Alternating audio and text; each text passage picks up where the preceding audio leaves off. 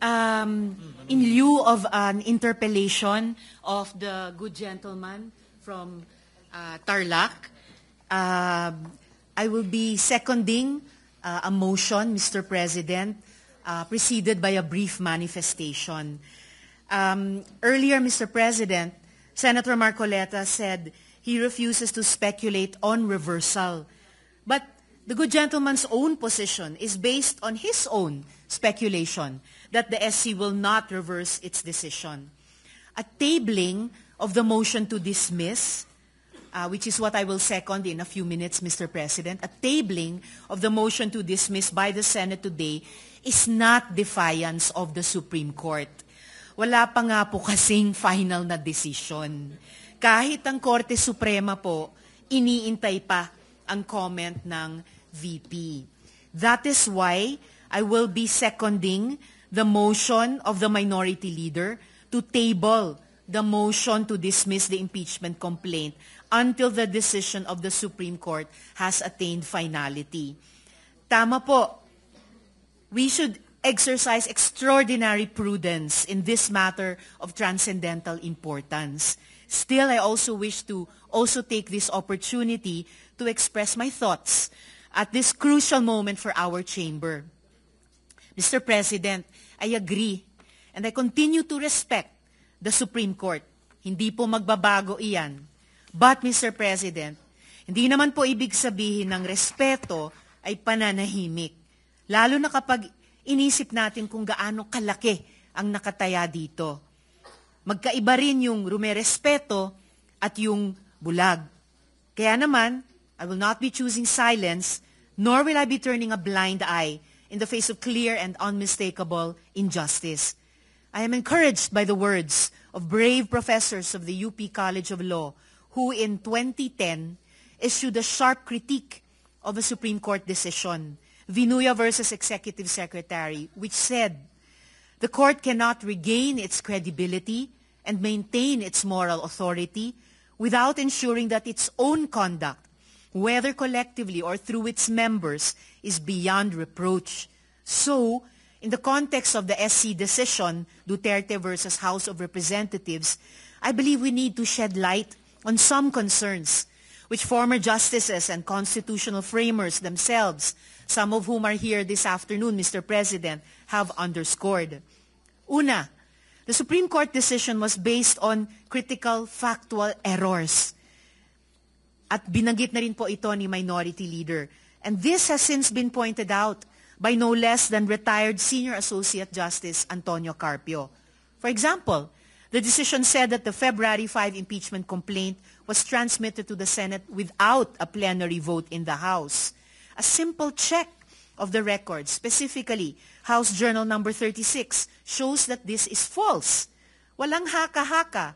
Those official records are plain for anyone to see.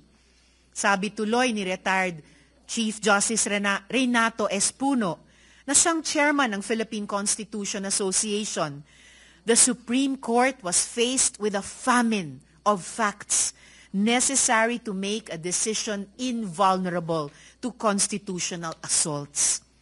Pangalawa, actions already taken under a prior and valid interpretation should be recognized as legally effective.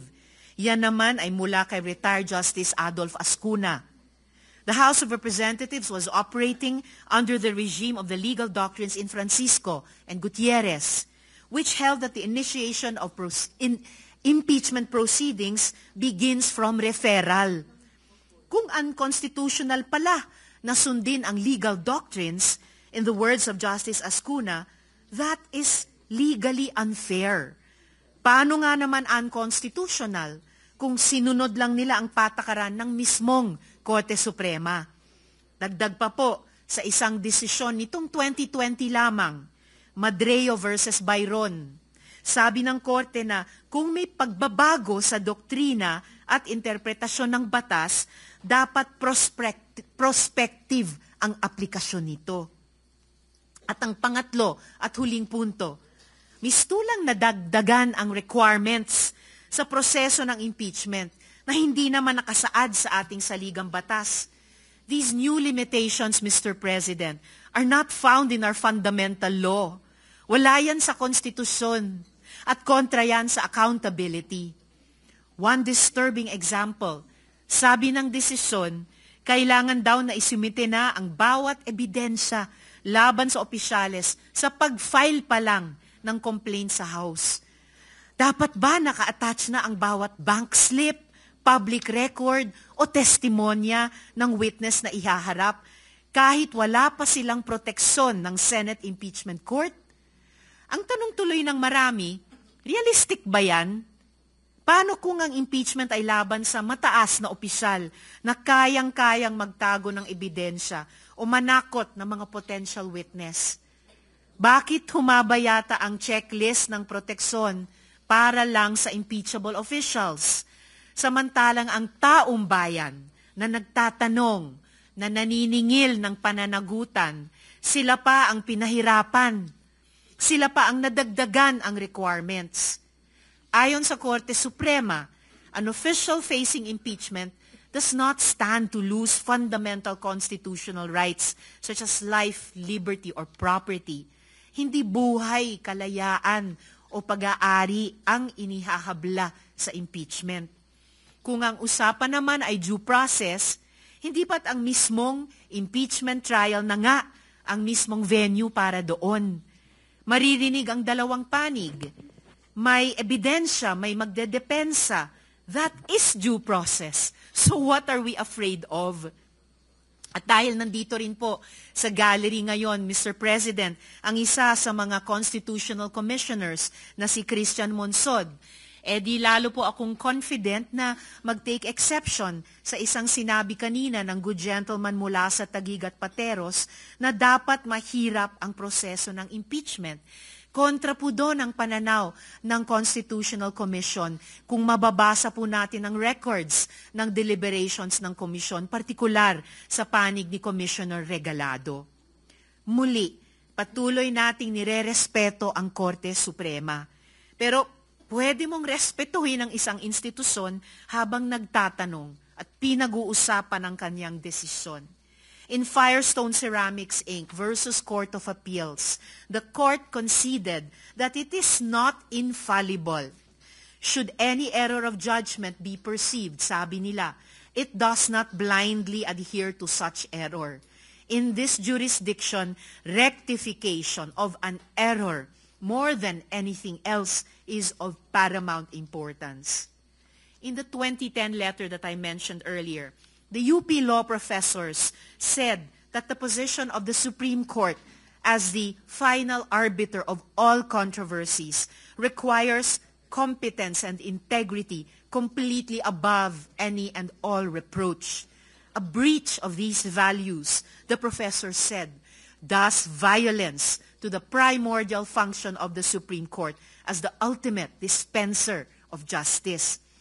And the UP Law Dean who led that letter to the Supreme Court, walang iba po kundi ang nagsulat ng desisyon na ating pinag-uusapan.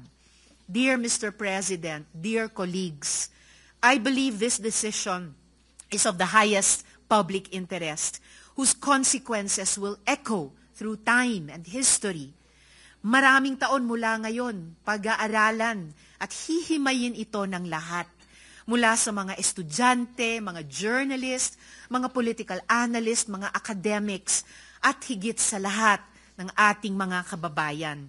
One day, and this day will come, history will judge all of us based on our actions today, August 6, 2025. When history comes to remember, let's hope we stood where it mattered, that even in the face of doubt, we did what was right and just. With deep respect for the Supreme Court and all institutions of our country, Mr. President, I therefore second the motion to table the motion to dismiss the impeachment complaint until the decision of the Supreme Court has attained finality. Salamat po, Mr. President. Mr. President, quick Noted reaction. and entered into the records. Senator Marcoleta. Mr. President, unang-una, yung sinabi ko pong speculative, sapagkat it was not based on my own speculation. It was based on my long practice as a litigation lawyer. Wala pa po akong nakitang isang unanimous decision. Ewan ko lamang po kung merong magbo-volunteer ngayon na abogado in the last 40 years na sinasabi ang isang unanimous decision na ang karakter niya ay sinabi na ab initio, void ab initio, unconstitutional, violative of due process. Maybe if we can speculate that all the members of the Supreme Court, after the filing of the motion for reconsideration, will resort to their worst,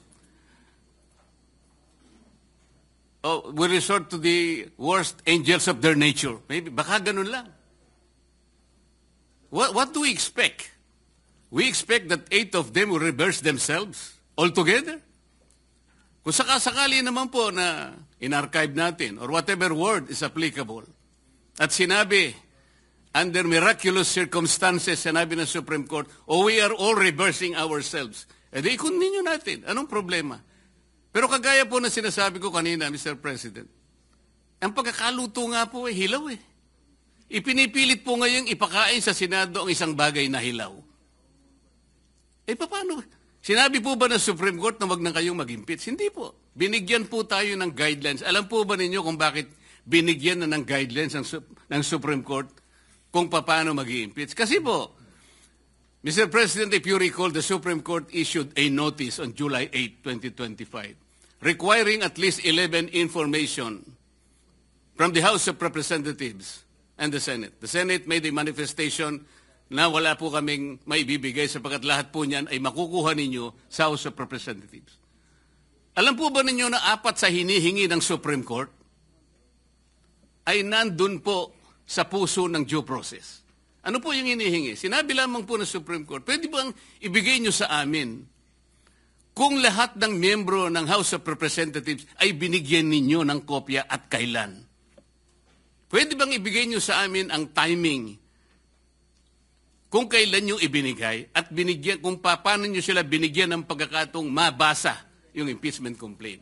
Pwede nyo bang ibigay sa amin kung every article of impeachment ay nakalagay doon ang mga dokumento na nagpapatibay ng artikulo?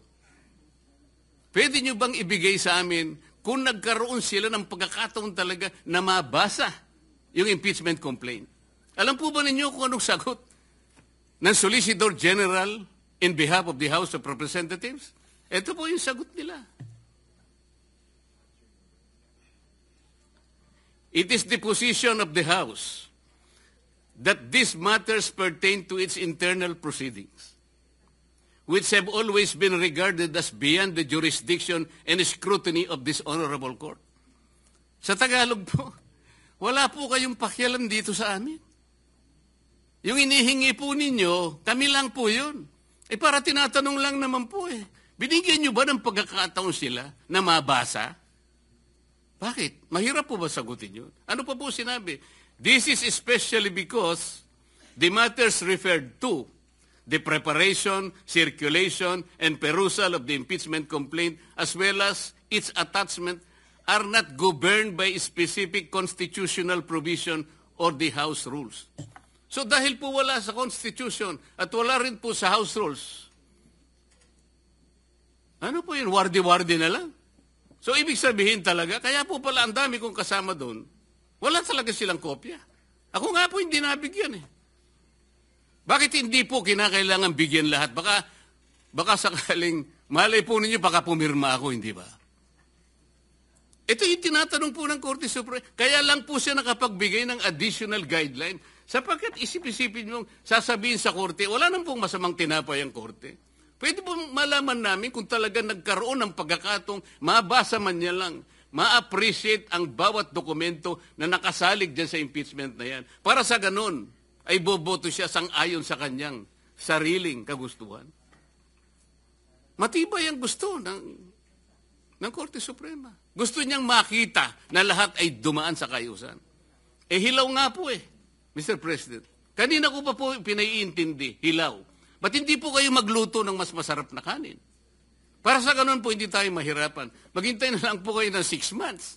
Pwede naman eh. Ba't pinipilit po natin ng isang bagay na hilaw at pinipilit niyong ipakain sa atin? Mr. President. Sabi ko po kanina, Mr. President, I am ready to amend my motion. Kung kinakailangan po, that will be consistent on the respect accorded to the Supreme Court. Kaya lamang po, kailangan nating umaksyon sapagkat kagaya po ng nalalaman natin, naghihintay ang taong bayan na kailangan magkaroon po ng closure ito sapagkat kapag ito will be hanging on the balance, baka hindi po mabutihin ang ating mamamayan. Yun lang naman po ang pinakapunto rito, Mr. President. Thank you, Senator Marcoleta.